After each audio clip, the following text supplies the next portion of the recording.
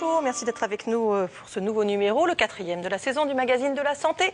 Benoît, bonjour. Comme vous comptez bien, Marina. Je suis ravie de vous accueillir pour une dizaine de jours avec moi. Ça. Je suis trop contente. Je suis très contente d'être là. Dans le journal, beaucoup de choses, Benoît. Oui, on va parler de sécurité à l'hôpital et notamment aux urgences.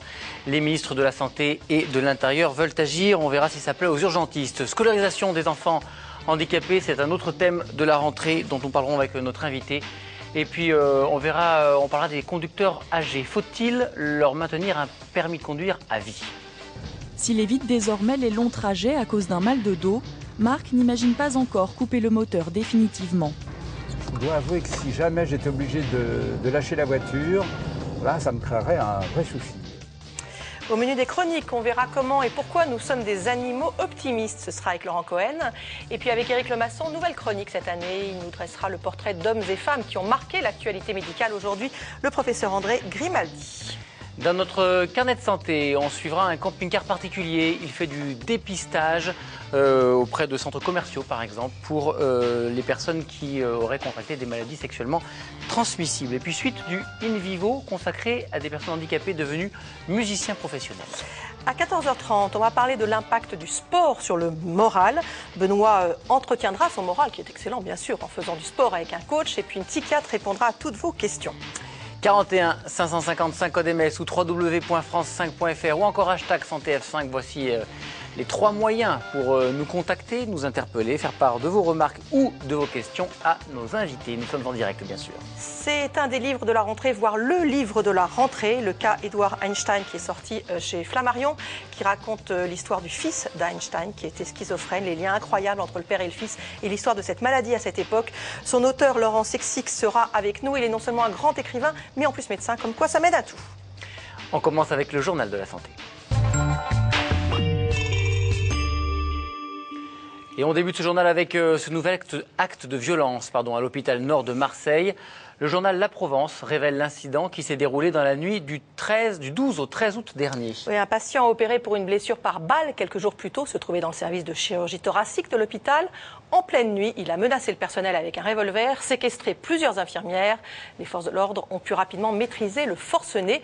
Mais c'est un fait divers qui vient s'ajouter à une longue série de violences aux urgences durant l'été. La ministre de la Santé et le ministre de l'Intérieur ont publié hier un communiqué pour condamner ces actes et renforcer les dispositifs de sécurité dans les hôpitaux. Réaction du côté des urgences avec le sujet de Perrine Dutreil, Victoire Ménial et Hervé Droguet. Mars 2013, hôpital nord de Marseille. Mais non, faut pas casser la vitre, vous allez vous faire mal. Allez vous asseoir et le docteur va venir vous chercher. Les incivilités et actes de violence se multiplient dans les services d'accueil des urgences, de plus en plus sous tension. Il y a un certain nombre d'événements qui montrent qu'il y a une tension, mais cette tension, c'est celle qui existe aussi dans la société. L'hôpital n'est pas épargné. Ce qui est clair, c'est que les conditions d'accueil des patients aux urgences ne facilitent pas les choses, voire même les aggravent, puisqu'on continue à fermer les services d'urgence. Donc on se concentre les urgences dans des grandes unités, ce qui est un non-sens, puisque les délais d'attente augmentent.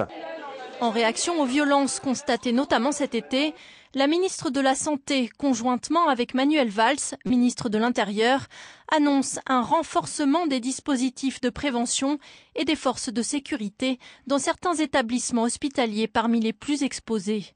Une mesure insuffisante et inadéquate pour les associations de médecins urgentistes.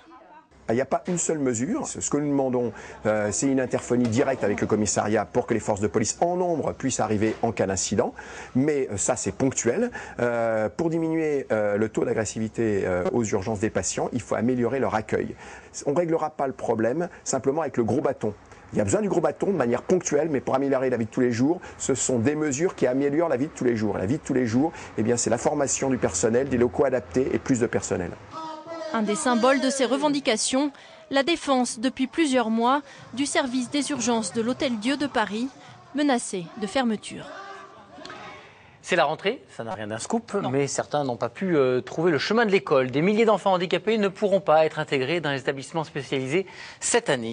Oui, c'est pour cela que le défenseur des droits, Dominique Baudis, demande des mesures dans le prochain budget de la sécurité sociale, dans un courrier qui a été rendu public hier. Selon les chiffres de l'UNAPI, la Fédération de familles et proches de personnes handicapées mentales, au moins 5000 enfants n'auront pas de place à la rentrée. Pour en parler, on va accueillir Christelle Prado, qui est présidente de l'association. Bonjour. Bonjour. Alors, est-ce que vous constatez que la rentrée est particulièrement difficile par rapport aux précédentes pour tous les enfants handicapés? Chaque année, elle est plus difficile puisque la même chose se renouvelle et qu'il n'y a pas d'amélioration. Donc forcément, nous sommes exaspérés. Ça fait 53 ans que nous réclamons les mêmes choses. Pas moi, parce que j'ai pas cet âge-là. Mais que de plus en plus, on dit qu'il faut vraiment au maximum les scolariser dans un univers normal. Donc c'est important. Donc il y a de plus en plus d'enfants qui veulent rentrer dans le système normal. Bien sûr, de toute façon, l'important c'est qu'on grandisse ensemble. On n'est pas pareils les uns et les autres, mais l'important c'est qu'on grandisse ensemble avec les bons moyens. Les bons moyens qui répondent aux besoins des enfants en situation de handicap, c'est les professionnels que nous embauchons, nous, dans nos associations, qui sont des professionnels de l'éducation, de la rééducation et des professionnels médicaux. L'éducation nationale a des professionnels de la pédagogie. Eh bien, mettons nos forces ensemble et puis ça ira beaucoup mieux, on aura une solution pour tous les enfants. Il y a une vraie différence entre l'affichage et même entre l'évolution de la société et puis concrètement ce qui se passe tous les débuts de mois de septembre. Oui, oui.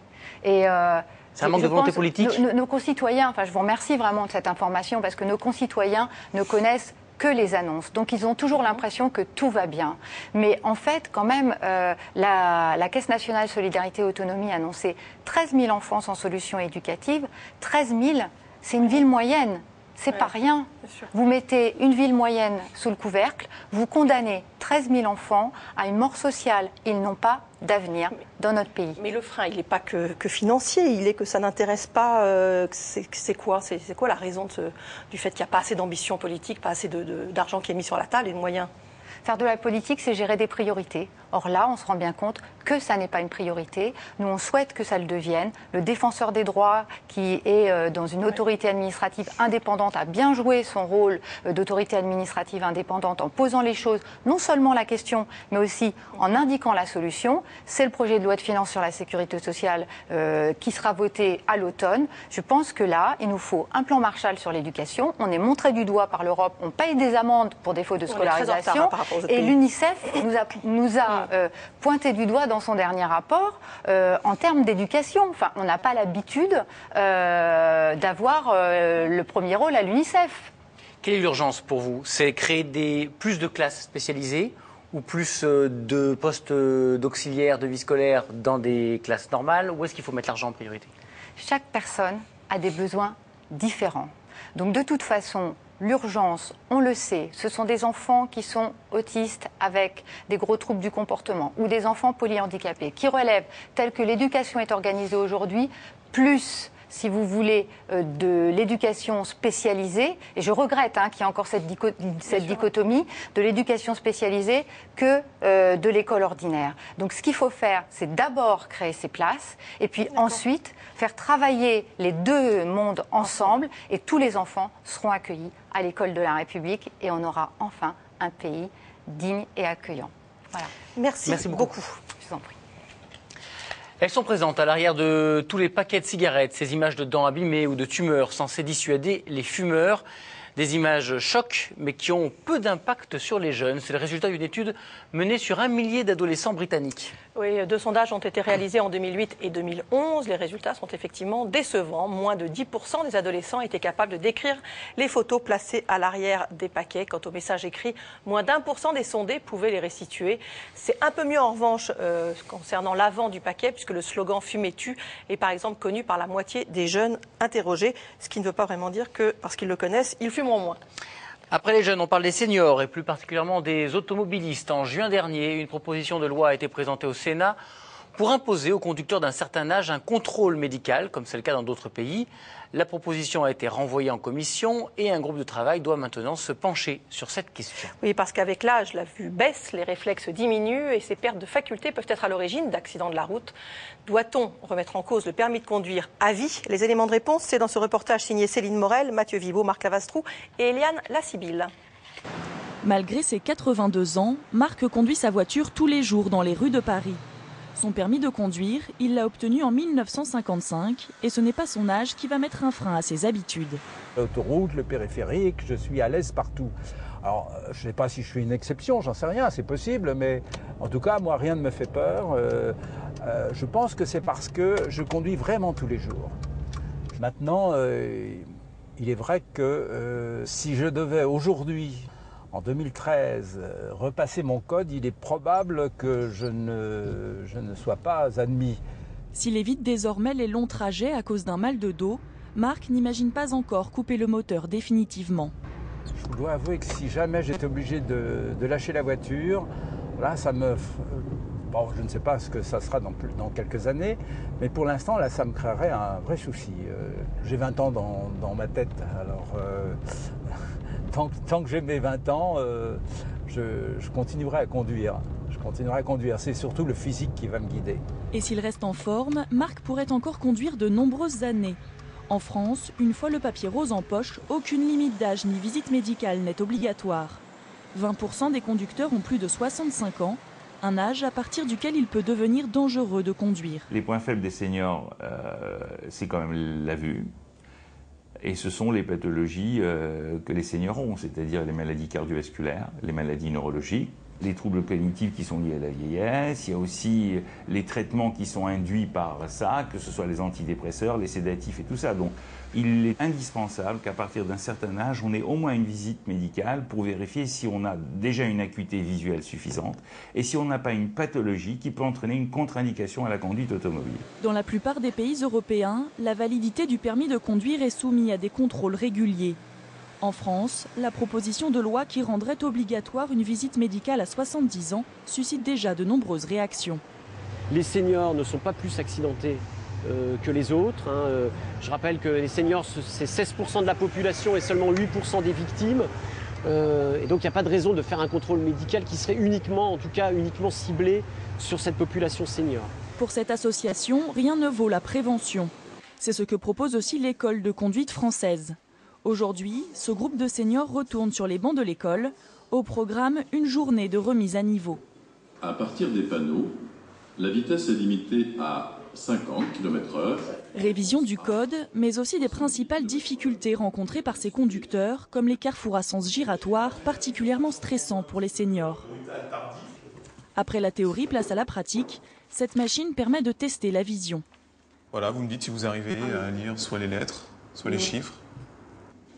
F, E, non. Vous n'arrivez pas à lire? Ah non. La vision de nuit et le temps de récupération après un éblouissement sont aussi testés.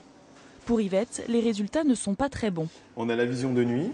Ah oui, mais ça, je me rends compte que je vois moins bien la nuit, oui. Oui. Ah oui. Donc vous évitez de conduire la nuit? Ah oui, j'évite. Grâce à cet ordinateur, Jean-Claude, lui, teste ses réflexes. Oh non, non, non. L'objectif de cette journée, c'est de leur permettre de prendre conscience des évolutions liées à l'avancement dans l'âge et de l'impact sur la conduite, en fait, sur la tâche de conduite. Et la finalité, c'est vraiment leur donner des clés pour qu'ils puissent rester autonomes le plus longtemps possible. On s'aperçoit que quand on a géré plusieurs tâches multitâches, c'est pas facile et qu'on n'a pas la capacité à le faire. Voilà. Donc j'ai pris conscience.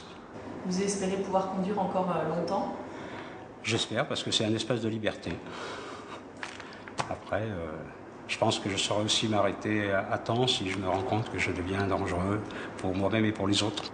S'arrêter à temps, ce sera bientôt imposé par la loi avec la mise en place du nouveau permis européen qu'il faudra cette fois-ci renouveler tous les 15 ans. Un chiffre à présent, l'absentéisme dans les entreprises a augmenté de 18% en 2012, une forte hausse après 3 années de baisse consécutive. Oui, selon l'étude publiée aujourd'hui par Alma Consulting Group, ces absences pour accident du travail ou encore pour arrêt maladie seraient révélatrices de la dégradation du climat social. Coût direct pour les entreprises privées, près de 7 milliards d'euros et près de 9 milliards d'euros d'indemnités journalières pour la sécurité sociale. Et on termine ce journal avec un nouvel appareil, l'iPhone. Mais non, ce n'est pas un coup de pub pour la célèbre marque à la pomme. Non, l'iPhone, ça s'écrit E-Y-E en anglais, le téléphone des yeux, qui permet d'établir un diagnostic oculaire à distance. Oui, c'est la faculté de médecine tropicale de Londres qui le teste dans une région du Kenya. Les chercheurs ont ajouté donc à un smartphone un objectif pour scanner la rétine et un logiciel pour enregistrer les données. Le but, c'est de permettre à des personnes qui n'ont pas accès aux soins d'obtenir un diagnostic. 5000 personnes ont déjà été examinées par cet iPhone parallèlement avec un matériel professionnel. Les résultats sont tout à fait similaires, donc c'est effectivement extrêmement intéressant. C'est intelligent. Belle initiative. C'est la fin de ce journal. Benoît, pour ceux qui n'étaient pas là au début, un rappel. D'ici 15h, on répondra à toutes vos questions sur l'influence du sport sur notre morale, témoignages et démonstrations à l'appui. Démonstration, c'est bien. On verra ce que je peux faire. In Vivo, toujours consacré à un groupe de musiciens professionnels réunissant valides et personnes souffrant de handicap. Et puis dans le carnet de santé, l'initiative d'une association qui œuvre à sensibiliser certaines personnes au risque de transmission du VIH. C'est assez étonnant, vous le verrez. Et puis chronique, au menu des chroniques, la science de l'optimisme avec Laurent Cohen et le portrait d'un lanceur d'alerte, le professeur Grimaldi. Ça sera avec Éric Lemasson. On va d'abord parler littérature avec notre invité.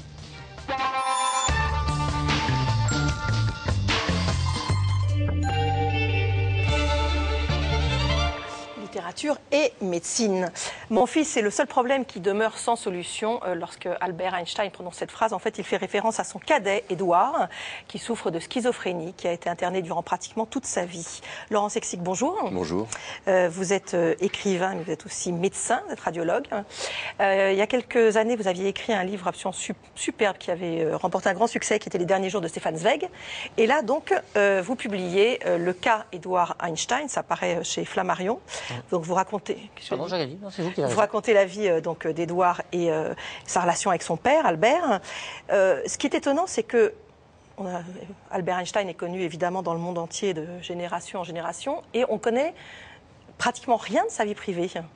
Oui, il y a une espèce de voile de mystère qui repose sur sa vie privée, qui est émaillée de drames, de joie aussi, mais de drames pour cet homme qui a cette image de résistant, de vainqueur, de l'homme qui a découvert les lois de l'univers, qui a résisté au nazisme, qui a résisté au macartisme, et qui présente bien des failles par ailleurs sur sa vie privée. Alors, c'est un roman, parce que vous prenez une liberté d'écrivain dans la forme narrative, on va dire, mais tout ça s'appuie sur des choses très réelles, très concrètes. Comment est-ce qu'on fabrique, comment est-ce qu'on écrit un livre comme ça? On voyage beaucoup, on relit toutes les archives qui concernent Einstein. Comment vous avez fait? Vous êtes envieux, hein? Ah oui. Oui, parce que je pense que ça doit être super à faire. C'est un énorme travail de recherche, en effet dans les archives, en effet sur les lieux, à Zurich, à Princeton. Mais avant tout, c'est un roman né à partir d'une histoire. Ça faisait juste 2 lignes dans ses biographies. Il n'en parlait jamais pendant toute son existence. Et moi, en lisant une énorme biographie d'Einstein, j'ai découvert ces 2 lignes. Einstein avait un fils. Ce fils était fou. À l'âge de 20 ans, sa mère l'a conduit à l'hôpital psychiatrique. Et Einstein ne l'a pas revu pendant 35 ans. Et ce fils, Édouard, a fini jardinier de l'hôpital de Burgosli. Ces quelques lignes-là m'ont donné envie de raconter cette histoire d'un fils oublié, et aussi, comme je l'avais un peu fait avec Stefan Zweig et son épouse, de tenter de me glisser dans les pas d'Einstein pour comprendre la relation avec son fils, pour comprendre la faiblesse d'un géant, et aussi pour redonner la voix à Édouard. Ah, c'est oublié, effectivement. Donc, qui était schizophrène. Première crise, il avait une 20aine d'années. La médecine de l'époque, c'était quand même quelque chose, hein. La médecine de l'époque est au balbutiement de la psychiatrie, et lui, il est dans le plus grand et le plus célèbre hôpital psychiatrique d'Europe, là où Jung a exercé, là où, ironie de l'histoire, son père et sa mère ont étudié 20 années auparavant, et là où a été inventé le terme de schizophrénie. Et cet enfant, ce jeune homme de 20 ans, admire plus que tout Sigmund Freud et veut devenir psychanalyste. C'est une trame éminemment romanesque, c'est une tragédie qui commence ce jour-là où il rentre à l'hôpital psychiatrique avec ce qui est à l'époque appelé aussi démence précoce. Et en effet, les traitements, ce sont des électrochocs, c'est la cure de Sackel qui apparaît extrêmement barbare aujourd'hui, qui a longtemps été pratiquée, qui donne l'occasion d'un voyage à Vienne. C'est une histoire aussi à la Camille Claudel, c'est un enfermement. Et ce qui a de tout à fait étonnant, c'est qu'au moment où le fils est conduit à l'asile, le père est contraint à l'exil. L'un et l'autre doivent fuir des démons. Alors il y a des démons intérieurs du fils, Édouard, et les démons bien vivants, Hitler, Goebbels, pour Einstein. Et il y a cette mère au milieu. Incroyable cette mère. Une mère très présente, quasi exemplaire, dans une immense souffrance. C'était, en effet, mettre dans les pas de cette mère était un des instants les plus bouleversants du récit, parce que il faut avoir cette force de conduire son fils à l'asile, de conduire son enfant de là où on sait qu'il ne reviendra pas indemne, de voir son enfant basculer. Et donc c'est la troisième voie, c'est cette mère Mileva qui a dédié sa jeunesse à Albert Einstein et qui va dédier sa vie à Edward Einstein. On peut revenir un instant sur cette fameuse cure de Sackel. Justement, sa mère l'accompagne, elle sait qu'elle le laisse pendant 30 jours et que tous les jours il va avoir une piqûre très particulière. Vous pouvez nous dire de quoi il s'agit ? Des piqûres d'insuline qui vont le plonger dans un coma, et de ce coma, après une phase, alors c'est vraiment très après une phase de maternage, il devra renaître à la vie. Ça paraît extrêmement barbare, ça l'était sans doute, et en même temps c'est un traitement qui a été conduit jusque dans les années 50 avant que l'on ait les neuroleptiques. Donc c'est une succession en effet de traitements qui ne vont pas laisser Edouard indemne. Et ça marchait ou ça marchait pas ? Non, ça marchait pas. Alors, malgré tout, il y avait des améliorations. On a des témoignages de proches d'Edouard, de proches d'Albert, qui notent qu'après ce retour à Vienne, qui permet aussi de voir Vienne en 1935, Vienne qui va sombrer dans la folie aussi, parce que c'est tout un monde qui sombre dans la folie en même temps qu'Edouard, il va aller mieux pendant un certain temps. Alors vous avez dit qu'Édouard était fasciné par Freud, c'est vrai qu'il voulait devenir psychanalyste, et ce qui est hallucinant, c'est que le père qui a travaillé avec Freud, qui a écrit un livre avec Freud, n'a jamais parlé à Freud de son fils et de sa maladie, jamais. Ça fait partie des mystères d'Einstein, des mystères sur lesquels, qui font qu'écrire un livre reste une aventure palpitante et passionnante. Einstein écrit avec Freud Pourquoi la guerre, un livre majeur. Il est en correspondance avec lui pendant des années. Freud est le maître de la psychanalyse, règne sur l'étude des âmes, et il ne prononcera jamais cette phrase, il ne dira jamais à Freud « mon fils est malade ». Les deux plus grands génies du siècle, ou presque, sont là en adéquation, et le père ne parle jamais de son fils à celui avec lequel il écrit une œuvre. Alors, cette histoire, c'est à la fois l'histoire de l'abandon d'un père qui abandonne son fils, littéralement, mais aussi d'une haine d'un fils pour son père. C'est ça, et en même temps, pas tout à fait, parce qu'il ne l'abandonne pas réellement, parce qu'il continuera de veiller sur lui à distance avec des pères de substitution comme Carl Selig, comme des personnages absolument incroyables. Il ne l'abandonne pas parce qu'il doit fuir, parce qu'entre lui et son fils, il y a le nazisme et qu'il lui est impossible de rester en Europe. Il ne l'abandonne pas totalement parce qu'il donne à sa femme tout l'argent du Nobel. Et en même temps, lui qui a résisté et vaincu beaucoup de choses, qui a lutté contre la ségrégation raciale, qui a donc été la cible numéro 1 du régime nazi, puis d'Edgar Hoover, il a une peur effroyable de la folie. Il a une peur effroyable de sa propre impuissance devant la folie, et il choisit en effet non pas l'abandon, mais une sorte de renoncement. C'est ça qui le rend, à mon sens, plus humain, parce qu'il a nos faiblesses, parce que confronté à ce qui peut nous arriver à tous, il se conduit comme tous, et que Einstein n'est pas un surhomme. Pourquoi son fils le déteste, pardon ? Son fils le déteste d'une part parce que ça fait partie de sa maladie, cette détestation, cette haine, cette violence à l'égard du monde, qui le cantonne dans une espèce d'enfermement mental, de camisole mentale. Il le déteste aussi parce que avoir pour père Einstein, avoir cette ombre portée d'un génie absolu, doit être particulièrement douloureux et doit peser sur les épaules et sur le mental d'un fils qui est si fragile. Votre façon de ne pas juger, de juger humainement chacun de ces personnages, est-ce que c'est lié aussi à votre exercice, je le disais, vous êtes médecin, l'empathie que vous avez pour vos patients? On a l'impression de le retrouver dans les personnages que vous décrivez. Vous les condamnez jamais? Non, je ne me permets pas de juger, et en effet, je me mets à leur place, j'essaie de parler par leur voix, et je n'arrive pas à juger. Et en effet, dans la pratique médicale, il y a dans l'annonce de la maladie dans mon métier quelque chose qui m'atteint, au fil des années d'ailleurs, et qui ressemble à cette... voilà, je ne me vois pas comme deux personnes, un médecin, un écrivain. Il y a, je pense, dans l'écriture des médecins, cette forme d'empathie, cette forme de compassion pour la souffrance. C'est aussi pour ça que l'on choisit le métier de médecin. Le métier d'écrivain, on ne le choisit pas. Merci beaucoup. Je ne peux que recommander la lecture de votre livre qui est absolument remarquable. Le cas Edward Einstein, Laurent Sexic, chez Flammarion. C'est vraiment un des grands livres de la rentrée. Merci. Très bien. Merci à vous. Tout à l'heure, ce sera Allo Docteur à 14h30. On va parler de l'impact du sport sur le moral, un impact dont Raymond, vous le verrez, est parfaitement convaincu. Aujourd'hui, Raymond est en rémission, mais pour conserver un moral d'acier, il utilise une arme redoutable, sa paire de baskets. Son jogging quotidien est devenu un rituel auquel il ne déroge jamais. Je cours quand il fait beau, du lundi au dimanche. Ah, on oublie tout. On oublie tout le stress, les soucis, les problèmes. On retrouve le moral, le physique. Tout est remis à zéro. Tellement c'est agréable. Et je ferai beaucoup moins bien que lui tout à l'heure. Non. Mais si, c'est comme ça. Mais pour poser vos questions, c'est 41 555 code MS ou www.france5.fr ou encore #santéf5 si vous préférez tweeter. On retrouve nos chroniqueurs. Oui, on va parler d'optimisme avec Laurent Cohen qui est neurologue. Vous verrez, c'est une vraie science. Bonjour Laurent. Bonjour. Et on va commencer avec Éric Lemasson. Bonjour Éric. Bonjour Marina, bonjour Benoît. Bonjour Éric. Alors on commence à s'habituer avec vous chaque saison, c'est un nouveau thème de chronique. On varie, on change un peu.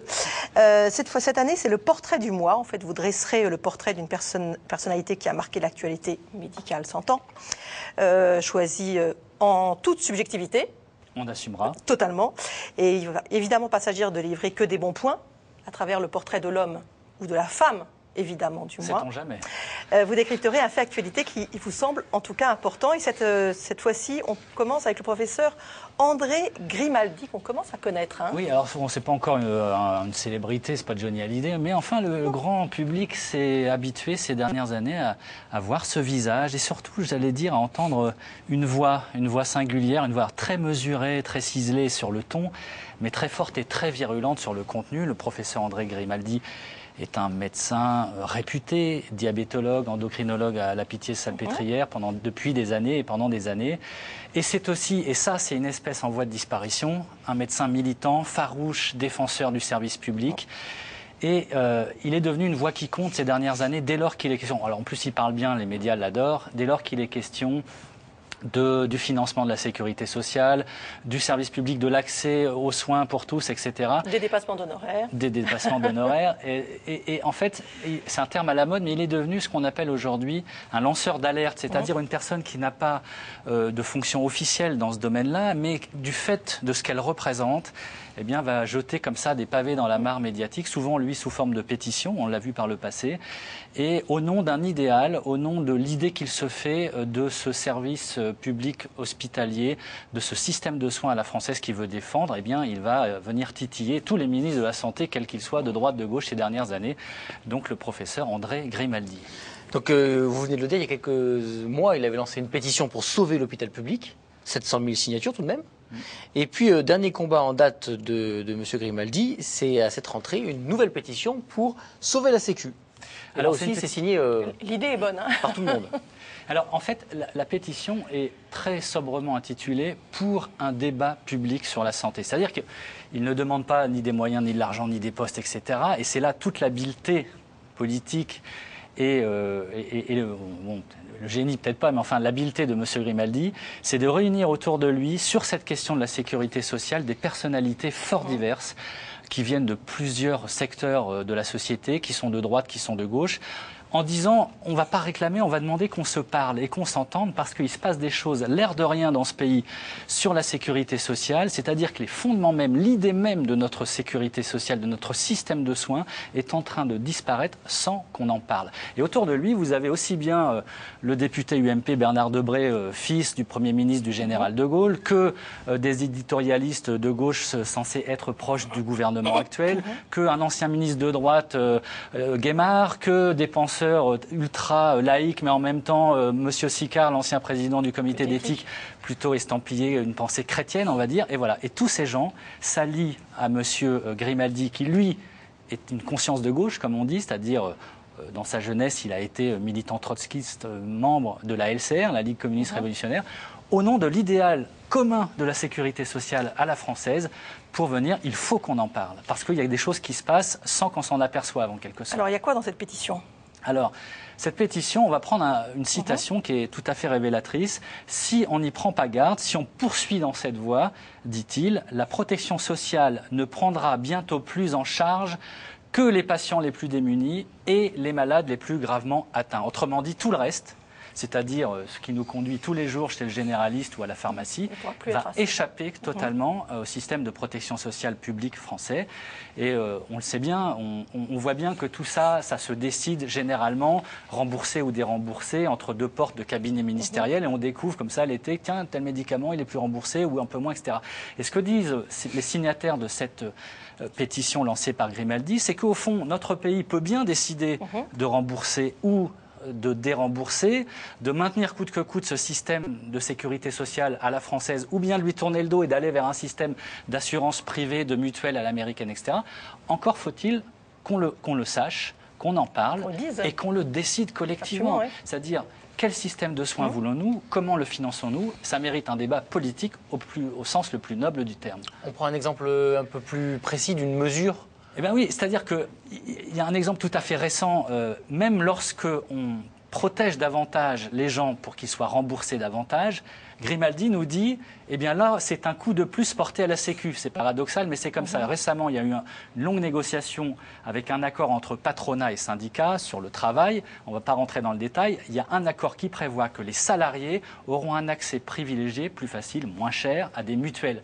Quand on est salarié, on aura une mutuelle moins chère parce que le système, les entreprises, en gros, subventionneront les mutuelles. Alors c'est bien pour le salarié parce que ça coûte moins cher. Et Grimaldi nous dit, oui, mais attention, on est en train de remettre en cause le système de sécurité sociale, c'est-à-dire de solidarité publique. Et là, il va plus loin, lui, il a des convictions, il nous dit, en fait, autrefois, les politiques écoutaient les médecins, aujourd'hui, ils écoutent les lobbies des laboratoires pharmaceutiques et les lobbies des mutuelles et des assurances. Et il faut qu'on le décide collectivement. Donc c'est un des exemples, c'est-à-dire on accroît la protection et en même temps on l'accroît vers le privé, c'est-à-dire qu'il y a une dérive insidieuse, en loose day, on va dire, en catimini, vers un système très différent de celui qui existait depuis la libération, depuis l'après-guerre. Ah, vous le disiez, professeur Grimaldi, il est diabétologue, endocrinologue, c'est un médecin tout à fait réputé et installé. Comment il est devenu lanceur d'alerte? Sa légitimité vient en effet tout d'abord que c'est un médecin réputé, excellent médecin, endocrinologue de haut vol, patron dans un service qui est un des plus prestigieux hôpitaux français, et puis très apprécié par ses pairs, etc. Et puis, c'est surtout un médecin militant du service public, c'est-à-dire qu'il est le pur produit de l'hôpital public. Et j'allais dire même, il est le pur produit de la méritocratie à la française, façon Troisième République, façon XXe siècle. Son père était postier, son grand-père était cheminot, et lui a réussi à l'intérieur du service public, et c'est comme si à son âge, il a l'âge de la retraite, il a plus de 60 ans, à l'âge où ses pères pantouflent dans le privé et vont jouer au golf, lui, il continue de monter sur les barricades, et comme s'il voulait rendre au service public ce que le service public lui a permis de devenir. Et donc, je vais prendre une comparaison qui vaut ce qu'elle vaut. Il est en train de devenir, Monsieur Grimaldi, dans le domaine de la santé et de l'hôpital, ce que Daniel Cohn-Bendit est à la politique, c'est-à-dire un ancien révolutionnaire assagi, un homme de gauche qui ne fait pas peur à la droite et qui pèse dans le débat public, libéré de toute contrainte et qui veut nous alerter sur un certain nombre de choses. En fait, il devient un sage au milieu du village qu'on va consulter, pourquoi pas, sous son chêne ou son baobab. Et donc, c'est pour ça qu'on voulait en faire le premier portrait de cette rentrée.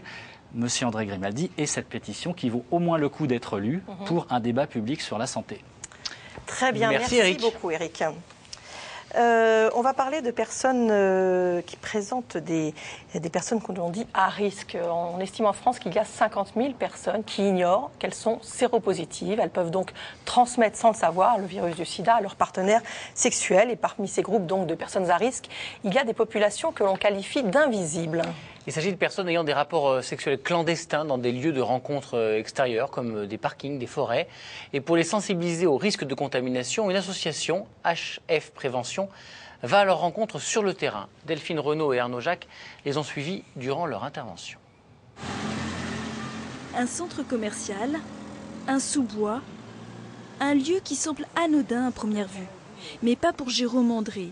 Il s'occupe de la prévention du sida dans une association et connaît bien ce lieu clandestin de rencontre pour les hommes. Ça, c'est une petite chambre où clairement, donc là, on a de la consommation sexuelle. Et là, donc, on voit que pour le coup, ça se protège bien parce qu'on a plus de préservatifs que de mouchoirs. Souvent, on a trop de mouchoirs et peu de préservatifs, ce qui montre que, que les gens ne se protègent pas, quoi. Voilà, donc des chambres ici comme celle-là, on en a une trentaine.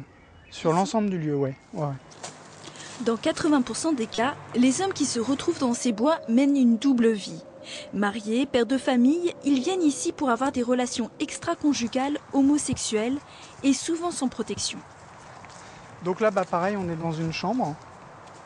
On a à peu près 200-250 personnes qui passent quotidiennement pour avoir des rapports sexuels. 250 personnes, ça ne veut pas dire 250 rapports sexuels. Parfois, on a des personnes qui ont 3, 4, 5 rapports sexuels.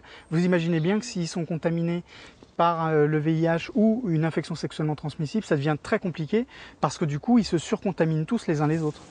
Souvent dans le déni, ces hommes considèrent que le sida, tout comme les autres maladies sexuellement transmissibles, ne concerne que les homosexuels.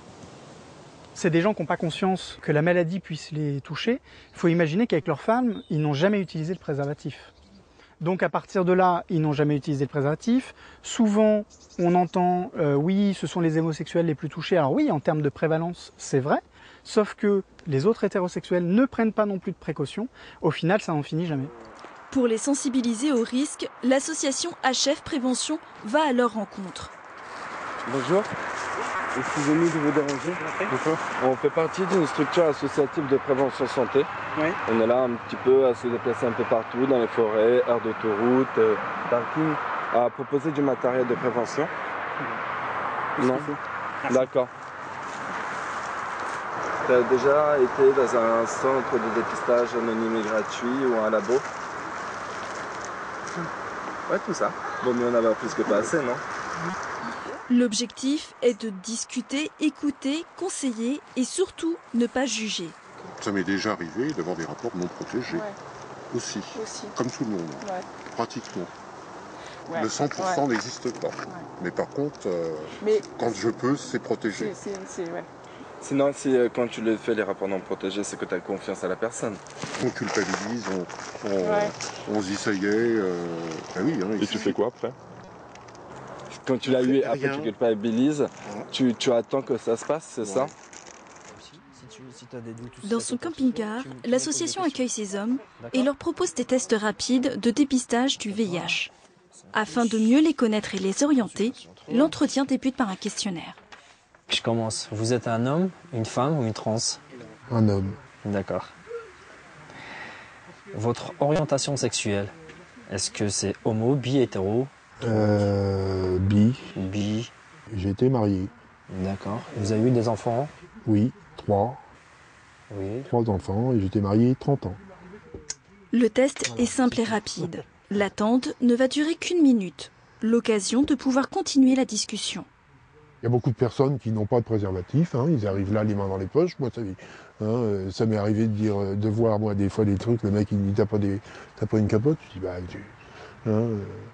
pourtant ils savent pourquoi ils viennent, hein, mais ils viennent pas avec leurs outils comme moi je dis. Hein. Là vous avez un point, ça veut dire que vous êtes négatif. D'accord. Mais parfois le résultat est positif. Merci. Et pour ces hommes qui mènent une double vie, se faire traiter n'est pas facile à accepter. S'ils ont un déni de leur risque, ils risquent d'avoir un déni de la maladie et même un déni du besoin d'être traités. Des gens qui vont pas venir à la consultation, en manquer une ou deux, pas prendre bien et correctement les médicaments. Donc, vous voyez, une difficulté d'accès aux soins qui va être préjudiciable finalement à une prise en charge bien organisée, correcte et efficace. En 2012, l'association a dépisté 621 personnes. Près de 3% ont découvert leur séropositivité. C'est beaucoup plus que dans les centres de dépistage anonymes et gratuits, où seulement 0,2% des tests sont positifs. Et pour l'instant, HF Prévention intervient essentiellement en région parisienne, dans le Nord-Pas-de-Calais et en région Provence-Alpes-Côte d'Azur. L'association mettra prochainement des services de prévention sur Internet et sur smartphone. Laurent, vous êtes professeur de neurologie dans cet éminent hôpital dont a parlé Eric, l'hôpital de la Pitié-Salpêtrière. Je ne sais pas comment s'est passé le début de l'année, si elle s'est passée, si vous l'avez commencé avec optimisme ou pessimisme, mais vous allez quand même nous parler aujourd'hui de la science de l'optimisme. Alors, est-ce qu'on est des animaux optimistes ou pessimistes ? On est globalement des animaux optimistes, c'est-à-dire qu'on voit le monde plutôt plus rose qu'il n'est vraiment. Et c'est pour ça qu'on joue au loto, que je joue au loto à l'occasion. alors qu'on sait que la probabilité de gagner est extraordinairement faible. Alors, dans le domaine de la santé, ça a évidemment un impact important. Dans le reportage qu'on vient de voir, on sous-estime, les gens qu'on voit sous-estiment le risque d'attraper une maladie grave parce qu'ils ne mettent pas de capote.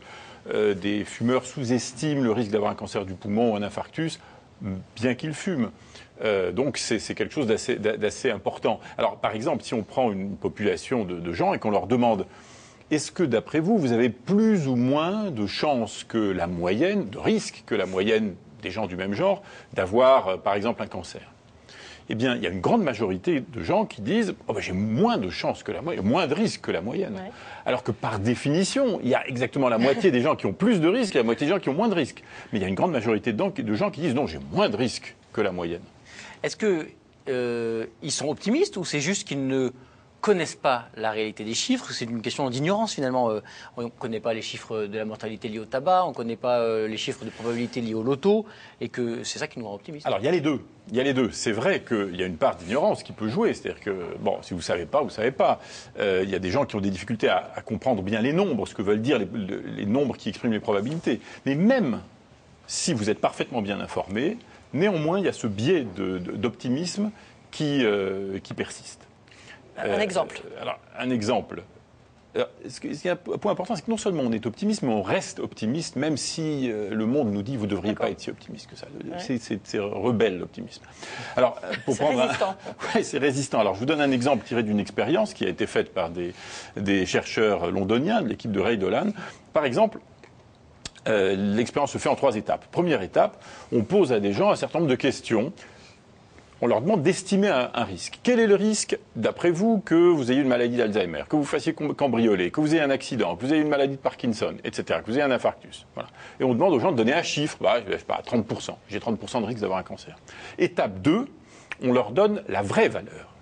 On leur dit, en fait, vous n'avez pas 30%, mais ou 10% ou 50% de risque. Bon, donc on les informe. Et puis, 3e étape, le lendemain, on leur repose les mêmes questions que la première fois, quel est le risque, etc. Et on leur demande de redonner une estimation de la même chose que la veille. Sauf qu'entre-temps, on a reçu des informations réelles. Voilà, ils ont reçu des informations réelles. Et donc, leur estimation est modifiée. Alors, ils ne se souviennent pas exactement des chiffres qu'on leur a donnés, mais quand même, leur estimation s'approche un peu plus de la vérité. Par exemple, si je pensais d'abord que j'avais 30% de chance d'avoir un cancer, vous me dites qu'en fait, j'en ai 50, et le lendemain, je vais me dire, j'en ai 35. Je suis passé de 30 à 35, je vais m'approcher un peu de la réalité que vous m'avez indiquée. Donc on n'a pas un optimisme si résistant que ça quand même. Alors, ce qui est important, c'est qu'il y a un effet qui s'appelle l'effet good news, bad news, l'effet bonne nouvelle, mauvaise nouvelle, qui fait qu'on est plus sensible aux bonnes nouvelles qu'aux mauvaises nouvelles. On croit plus les bonnes nouvelles que les mauvaises nouvelles. Et par exemple, dans le même exemple que celui que j'ai donné, imaginez que d'abord je croyais que j'avais 30% de risque d'avoir un cancer, on me dit vous en avez en fait 50, bon je remonte un poil mon estimation, je passe de 30 à 35 de probabilité d'avoir un cancer. Maintenant si inversement on me dit non vous n'avez pas 30% d'avoir un cancer, mais vous avez seulement 10% de risque d'avoir un cancer. Très bonne nouvelle. Alors là, la barre descend vraiment. Et alors, à ce moment-là, je vais changer mon estimation, mais je vais descendre de 30 à 20. Je vais devenir plus optimiste de 20%, alors que dans l'autre cas, j'étais devenu plus pessimiste de 5% seulement. On dit, on est plus sensible aux bonnes nouvelles, on croit plus aux bonnes nouvelles. Est-ce que, alors, le plus intéressant, c'est que tout ça n'est pas juste un phénomène psychologique de défense d'une peur, etc. Il y a une réalité cérébrale, neurologique à tout ça. Alors, ce qui est intéressant, c'est que, il y a une discipline qui s'appelle la neuroéconomie, où on essaie de comprendre sur quels mécanismes les gens font les choix qu'ils font. Et les choix sont fondés sur ce qu'on espère, ce qu'on croit, etc. Bon. Donc, dans cette expérience qui a été faite par la même équipe dont je vais parler, eh bien, ils ont fait cette expérience, estimée, corrigée, réestimée, mais dans une machine d'IRM. Et les résultats sont assez compliqués, discutables par certains points de vue, mais gardons un élément. Il y a notamment dans la région frontale gauche, par là, voilà, dans l'avant du cerveau du côté gauche, eh bien, une région qui est une espèce de thermomètre à bonne nouvelle, si on peut dire.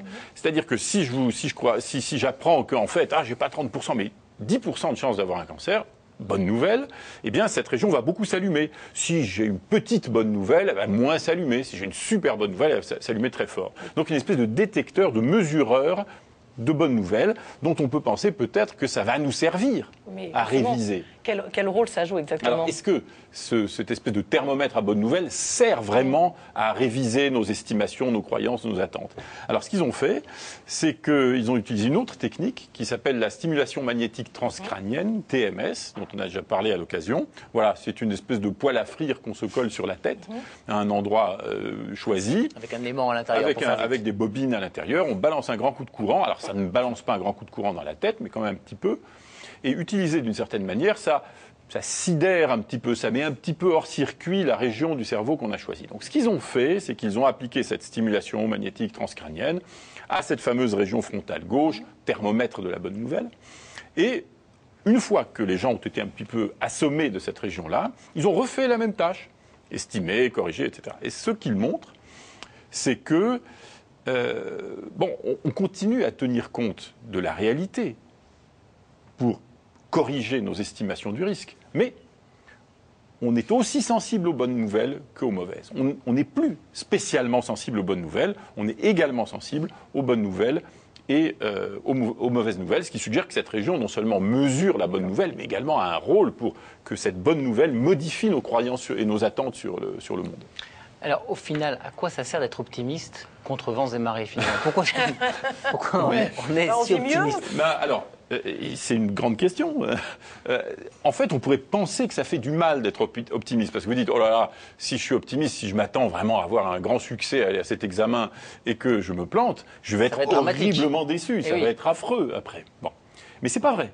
Ça a été testé, ça. On a fait des expériences dans des laboratoires en mesurant l'espérance, la déception, etc. Et en fait, les gens qui ont une attente très optimiste sur les résultats d'un test, par exemple, quand ils se plantent, ne sont pas plus tristes que les gens qui avaient une attente plutôt pessimiste. Oui, donc c'est pas vrai. Alors maintenant, ça a des avantages positifs, c'est que, fondamentalement, imaginez que la situation soit difficile, ce qui est généralement le cas. Si vous n'êtes pas optimiste, vous allez voir de façon peut-être réaliste l'avenir qui est devant vous. Qu'est-ce que vous allez faire? Vous allez vous asseoir et vous allez pleurer.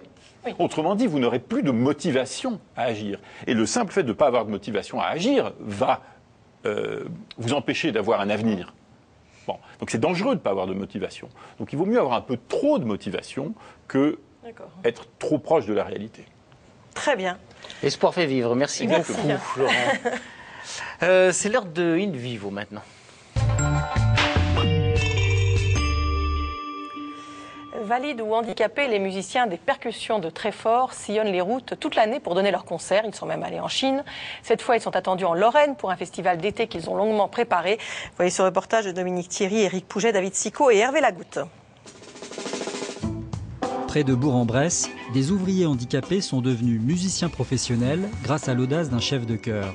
Alain Goudard a créé les percussions de Treffort en 1979, un groupe composé de personnes valides et déficientes mentales. Leur talent est aujourd'hui reconnu en France comme à l'étranger. Elle commence pas, toi. Ce matin, départ pour le festival de Vendeuvre-les-Nancy qui réunit valides et porteurs de handicap. Un déplacement réglé au millimètre pour éviter aux musiciens handicapés mentaux des imprévus qui les perturberaient.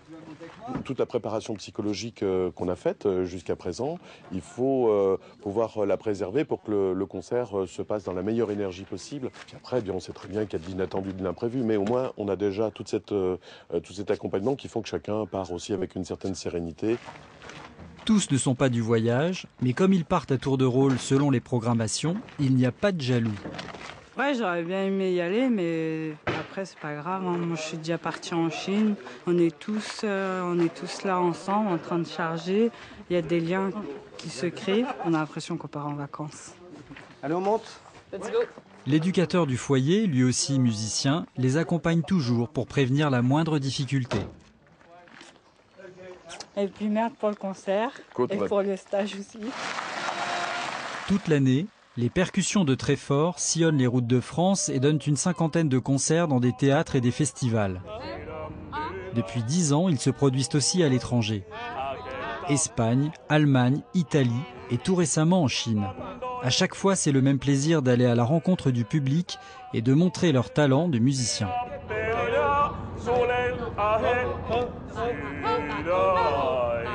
Dans la salle des fêtes de Vendeuvre, dernière répétition avant le concert.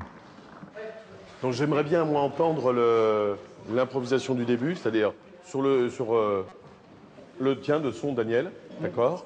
Faites peut-être vos entrées un petit peu plus rapides.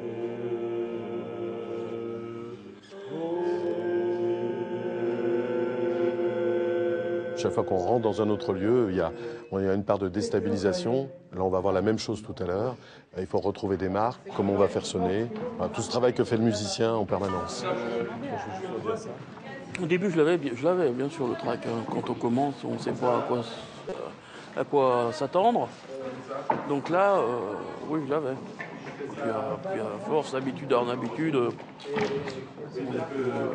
on n'a plus de track. À partir d'un canevas musical très précis, chacun doit improviser tout en répondant aux autres voix. Un exercice difficile qui exige mémoire, concentration et créativité.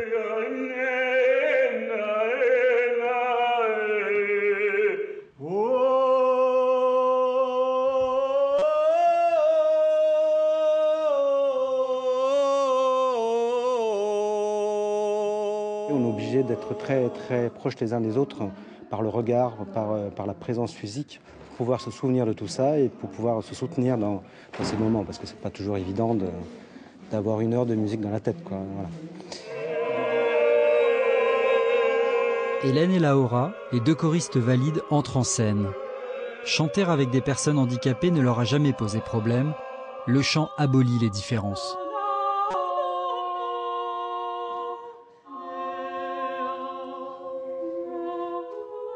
Je ne me suis pas posé la question quand je les ai vus. Tout de suite, ça m'a paru, comme je faisais avec d'autres personnes, ça me paraissait naturel en fait.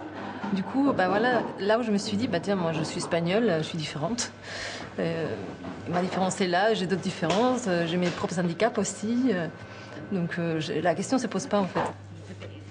Le fait que chacun ait une grande expérience professionnelle, musicale, et une expérience de groupe, ça fait que ça a été assez étonnamment rapidement monté et cohérent vocalement, beaucoup plus que dans des groupes vocaux que je peux par exemple avoir avec des personnes valides qui vont mettre beaucoup plus de temps. Par exemple, sur cet exemple-là, beaucoup plus de temps sur oser y aller. Moi, j'apprends en tant en faisant, parce que j'écoute ce qu'ils font et du coup, j'ai envie d'aller là où ils vont parce que j'ai pas l'habitude d'y aller. Et ça m'apporte justement ça pour moi. Et je pense que pour eux, c'est pareil. Donc c'est vraiment un aller-retour permanent. Et je trouve que c'est une grande richesse de travailler avec des personnes, des personnes valides avec nous. Mais aussi, c'est intéressant de travailler aussi avec des personnes en situation de handicap. Alain Goudard est aussi venu animer un atelier musical pour des personnes atteintes de déficience mentale qui n'ont jamais fait de percussion.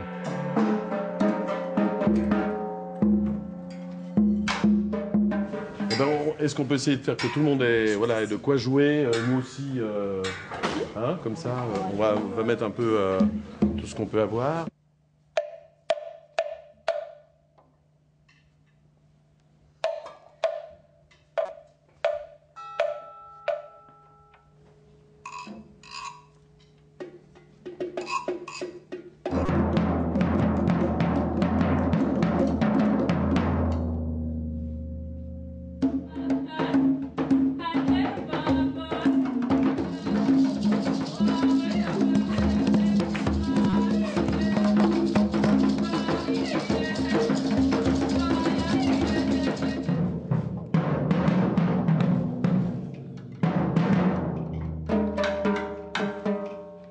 Quand on va rencontrer pour la première fois des gens avec lesquels on n'a jamais travaillé, on a besoin d'installer aussi à la fois des temps d'observation tout en faisant. C'est-à-dire qu'on va proposer des choses, que ce soit avec des instruments, que ce soit avec sa voix ou des objets sonores, un dispositif dans lequel où chacun va être assez libre d'intervenir, mais que nous, on va être un peu le passeur de toutes ces interventions, de manière à essayer de faire que chacun comprenne qu'il peut apporter ce qu'il veut, et en même temps qu'on va construire une musique collective. Grégory a 29 ans. Il vit en foyer, cette séance de percussion est une grande première pour lui.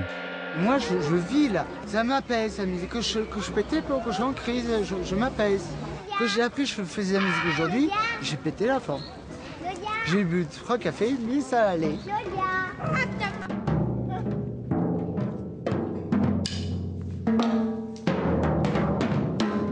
que si on a envie d'aller vers l'autre, il va se passer plein de choses. Si on n'en a pas envie ou si on veut rester sur sa posture propre, il ne se passera rien. Donc il faut, à un moment donné, vraiment s'engager à fond pour pouvoir que l'autre sente qu'on ne lui demande pas de faire des choses pour le plaisir, mais que nous, on se mouille aussi dans les mêmes choses et on s'investit.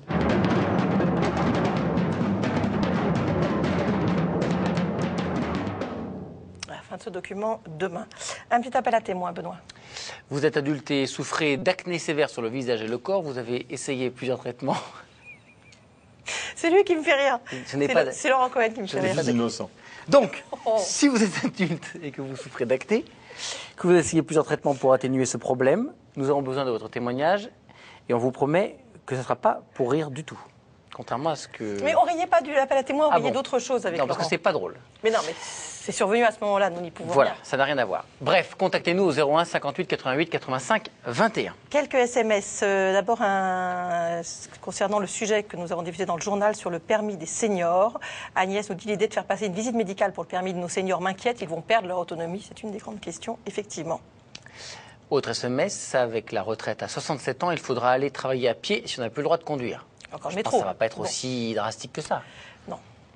Et puis Annie qui dit qu'elle est pessimiste. Je suis pessimiste par l'intelligence et optimiste par la volonté. Est-ce que c'est ça l'idée? Vous avez 2 heures. Oui. Bravo Annie, vous avez réussi à coller notre professeur. La prochaine fois, il fera un commentaire complet sur votre réflexion. Vous ne bougez surtout pas dans quelques instants, on va parler du lien entre le sport et le moral.